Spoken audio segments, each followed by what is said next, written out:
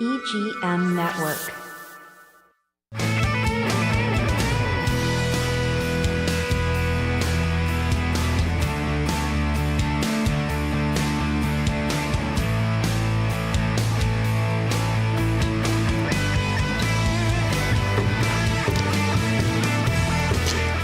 Welcome to Classic Car Radio with Vero Beach. I'm Keith McDonald. I'm here with Mike Carano, Steve Charbonneau, and Todd Byron. Welcome, guys. I like that song. That's a pretty good one. Yeah, I like it. I like that intro. It's great. I'm having that different intro. I like it. It's a little heavier, you know? Yeah. Wakes everybody up for the show. Is that what it does? Yeah, wakes me up. Doesn't wake you up?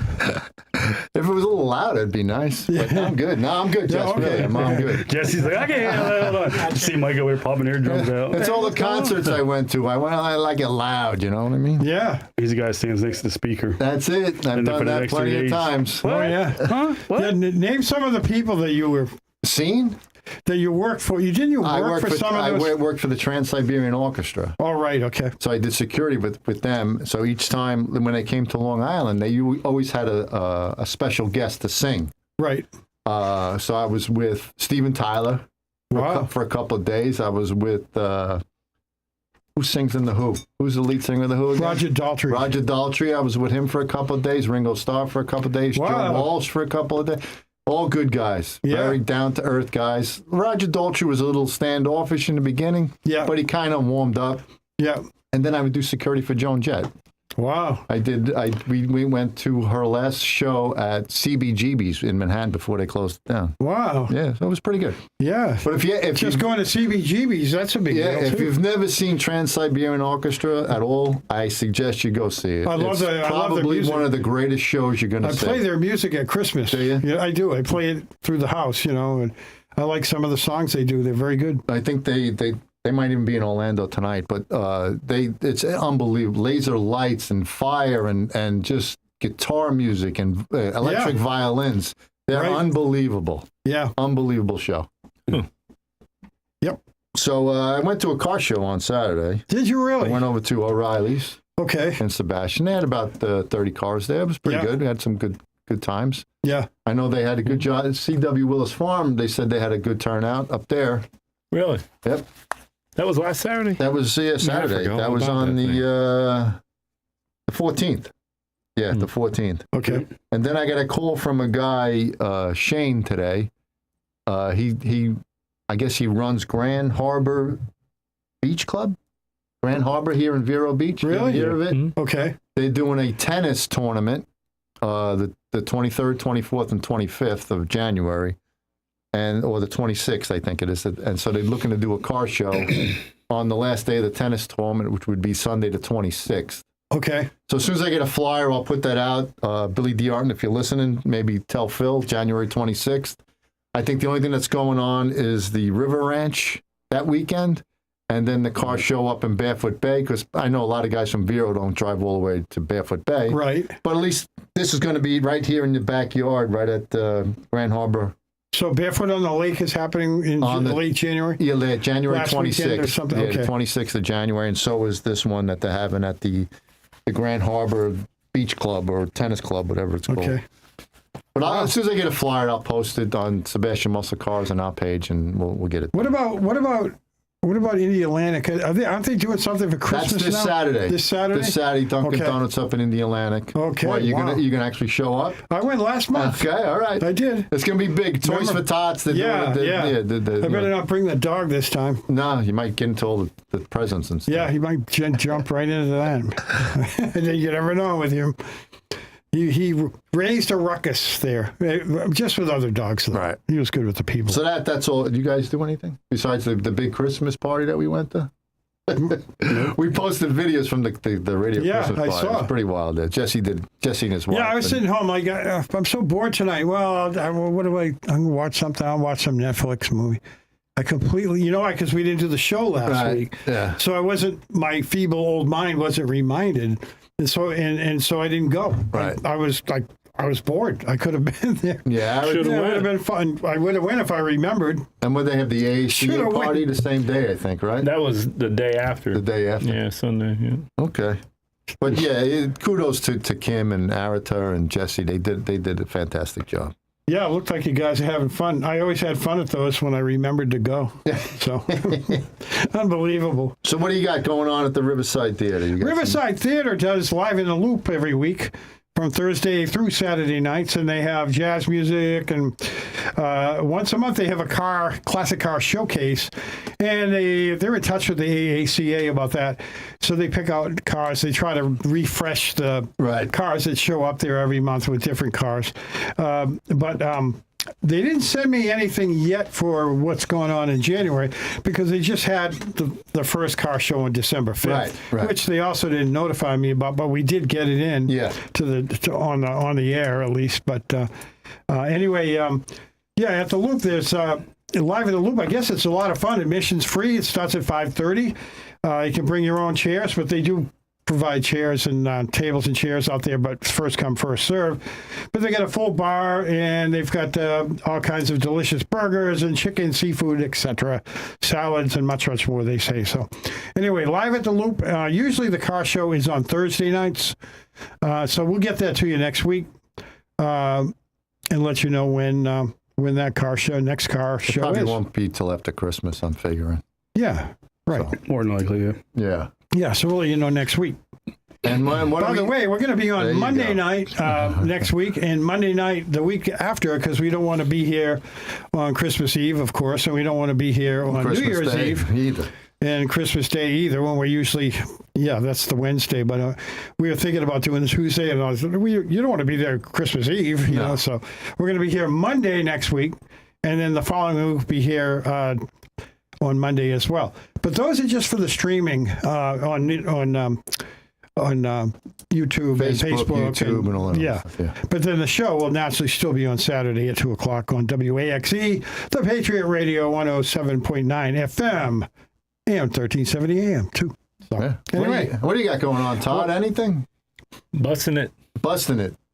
Cars are almost done. The garage is almost empty. Yeah, one's getting the upholstery, the other one's getting the exhaust, and the thing's getting its thing, and the Torino's getting painted for paint. Oh, good.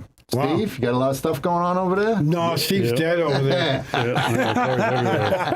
Nothing going on over there. Listen, that's why Todd's smiling. He's almost done, and Steve's packed with cars. I got a couple of text messages on Sunday. Hey, you're not at the shop. Everything good? I'm like, yeah, I'm down south picking up another car, so yeah. On Sunday, they're texting you. Why you're not at the shop? Yeah. Jesus. Unreal. 7 days a week, that shop and all. Brutal, ain't it? Yeah. It's tough. Guy needs his butt whipped. He's a slave driver. Yeah. You better slow it down there, pal. You're not getting any younger. Yeah, and you got to take a break once in a while. You can't be working 7 days, 12 hours a day every week. Yeah, right? like just on Christmas Day, just do 4 hours. Okay. Yeah. Are you going to go in Christmas Day? Of course he is. No. All right. Good. I didn't I go was in this kidding. Thanksgiving either. I told everybody, I don't care if the car breaks down, catches on fire. I am not going in on Thanksgiving. Good. Attaboy. Yeah, good for He's you. learning now, right, Todd? He's learning.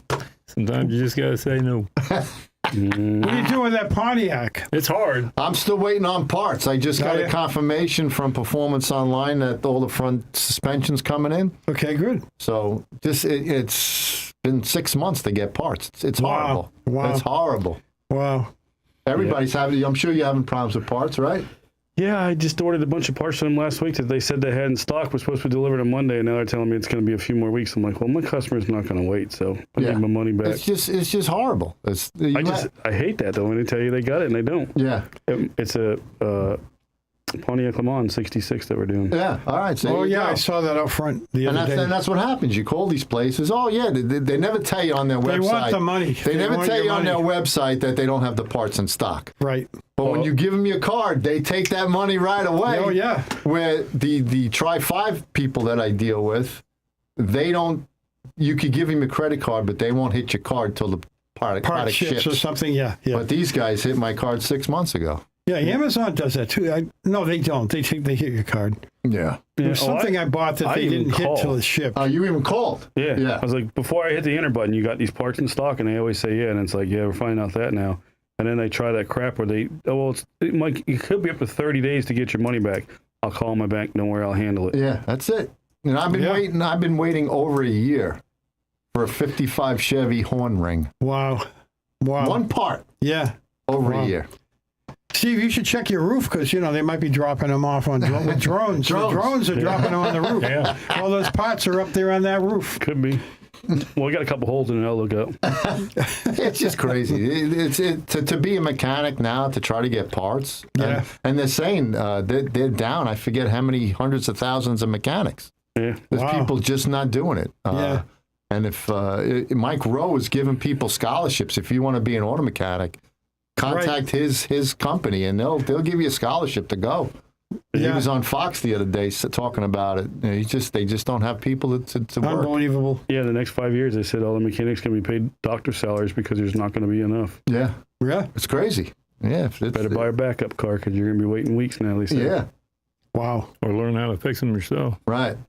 Well, the new ones, The new ones Yeah. a little bit easier, I would think, right? Everything's That'll be harder computerized. because you need computer diag stuff. Yep, and the biggest thing is that all the new cars, they're holding out all the schematics, like the diagnostic links and all that. Yeah. They get fined $1 million a year to hold out, and they pay it because, like, you can't program a new Chrysler or Chevrolet from like 17 and up. Really? Yeah, you got to have all these licenses and stuff to do it, and they Wow. just making it take you back to the dealer. And I think Toyota had a problem. They recalled all their trucks. I thought I read that not too long ago. All the engines are going bad, I guess. Yeah, and the Tacomas? Tacomas and the V6 ones.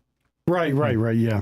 So it's just, things are just going to hell. And I didn't put this in our news, but it was the headline at the Drive this morning, drive.com. Right. Honda and Nissan are combining their EV, Oh, really? and they're going to focus on EV.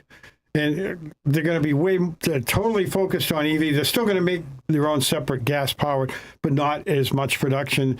They really want to push the EVs. I think it's crazy. Yeah, It's because crazy. nobody's buying them. But Honda, that might be why they're joining forces.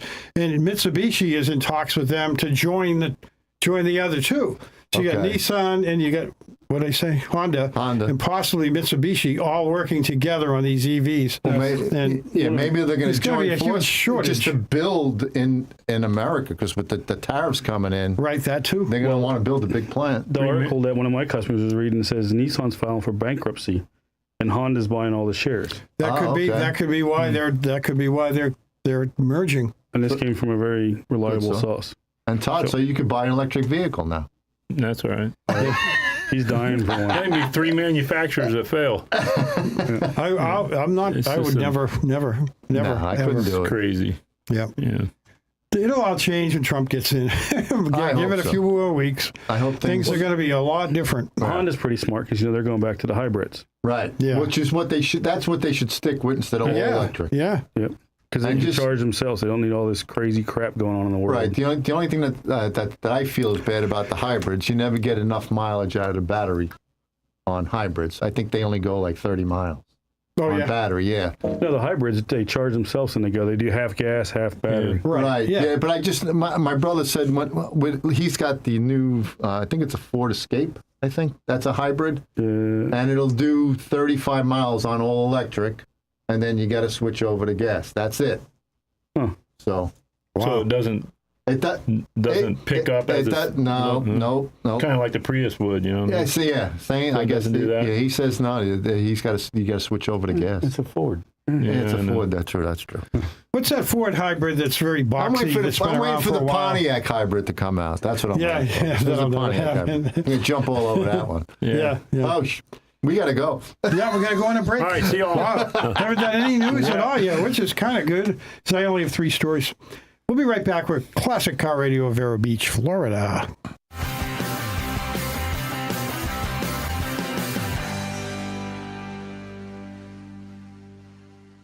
Enjoy Riverside Theatre's Comedy Zone, where the comedy is wild, untamed, and downright hilarious. Come out this Friday and Saturday night at 6 and 8 p.m. for the Treasure Coast's best live stand-up comedy show, featuring nationally recognized comedians with cabaret-style seating and food and drink table service. Warning, you may laugh until it hurts. Kickstart your evening with live entertainment, food, and drinks at Live in the Loop. Buy tickets at riversidetheatre.com and get ready for a night of non-stop laughs. Right now at Sunshine Furniture, it's holiday sale time. You can save up to 50% on selected groups of indoor and outdoor furniture from Lloyd Flanders, Telescope, Windward, Capri, Seawinds, Universal, Lexington, and lots more. Sofas, love seats, dining sets, patio groups, occasional chairs, dining and bedroom sets, all on sale just in time to make Santa say ho, ho, ho. We have the largest selection of coastal furniture on the Treasure Coast, including a gallery of Berlin Garden, Pollywood, Hooker, Tommy Bahama, and Lexington. Also, all pictures, lamps, and accessories are half off. And don't forget to visit our outlet and sales store just across the street from our main location with lots of new closeout and markdown pieces. Sunshine Furniture, $12.95 US 1 in the Publix Plaza Vero Beach. Visit our website at sunshinefurniturecasual.com. Come in now for our holiday half-price sale. Sunshine Furniture. When the check engine light comes on, turn to Treasure Coast Auto of Vero Beach. Time for an oil change? Turn to Treasure Coast Auto of Vero Beach. Brake work, alignments, maintenance, and more? Turn to Treasure Coast Auto of Vero Beach. Your certified service center specializing in alignments, repairs, oil changes, radiators, brakes, even auto electric repair. Just east of US 1 at 1212 23rd Street, Vero Beach. Turn to the local mechanics you can trust. Treasure Coast Auto of Vero Beach.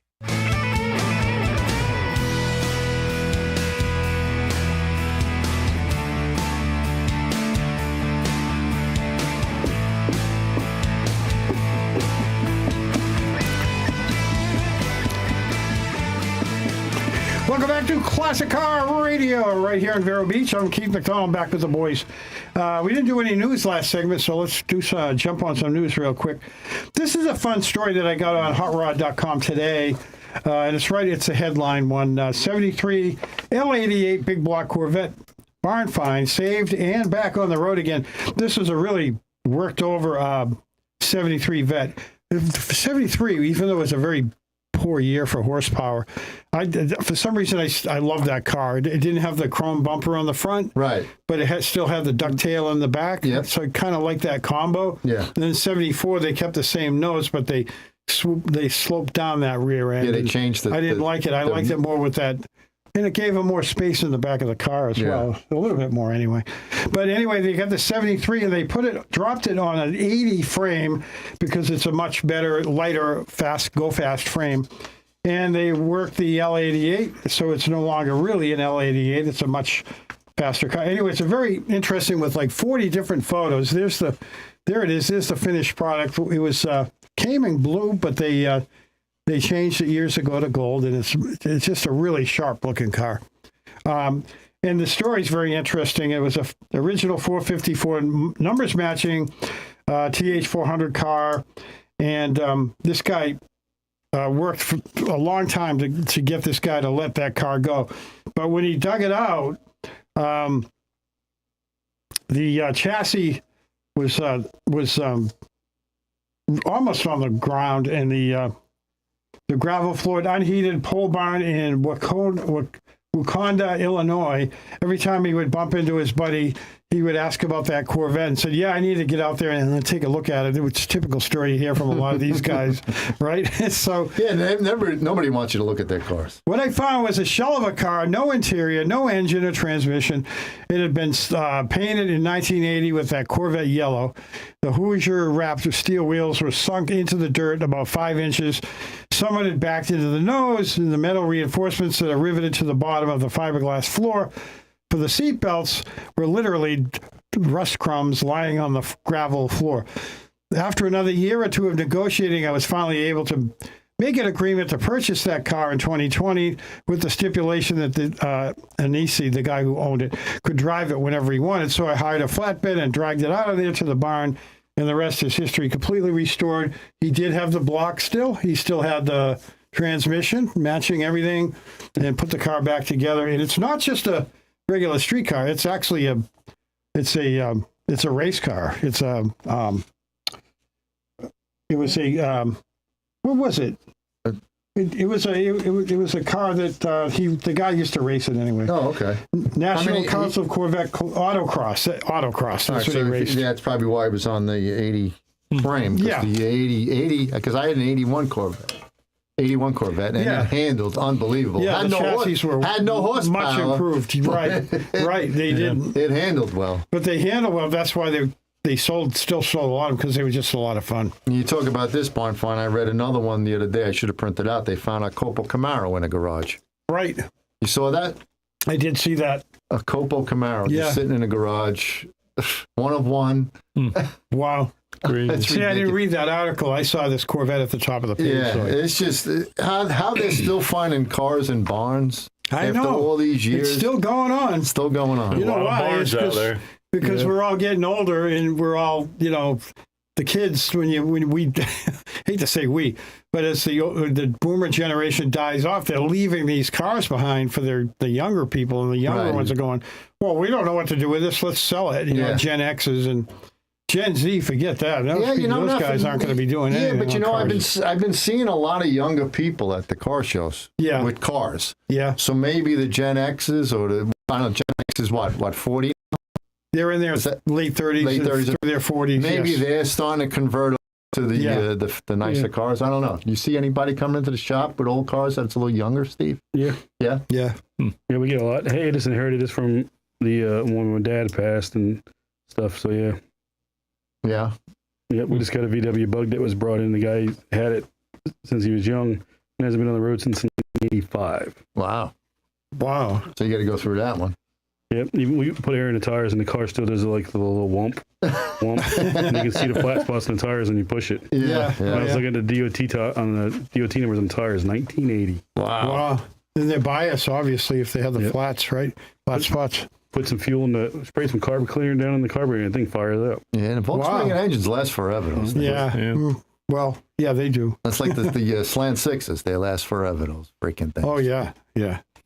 All You right, won't see any of those being boat anchors, those Slant Sixes. Yeah. And if you did have one that was out of a car, you could sell it pretty easily. So you got enough time to do another one? Yeah, I do. Go ahead. This is a short one. Good. There's a vintage U-Haul truck that's been sitting on a building in downtown Tulsa for 46 years. Oh, boy. The U-Haul box truck. This is really interesting. This is on the drive.com, and it was another one at the top. There you see it on the screen there. It's located in, there's one also in Oklahoma City, but the Tulsa one was first. Located at 504 East Archer Street at the National Supply Company in 1930.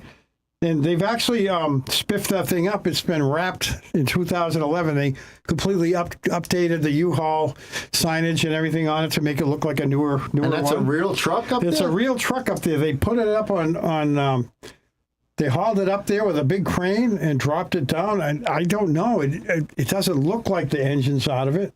But I would think they would have pulled the engine to keep the weight off that roof. That's a pretty strong roof, then. Yeah, and imagine, Oklahoma gets some winds. I was going to say, it's a winds windy and snow, place. right? Don't they get wind snow? and snow, yeah. Oklahoma gets some tornadoes, too, Yeah, they do. And it's still up there. It's still up there. It's got to be bolted down and everything, I'm sure, so it can withstand the wind. Yeah. But that's an interesting story. To keep it looking spiffy, in 2011, the truck was given a clean and wrapped in a modern orange and white U-Haul livery.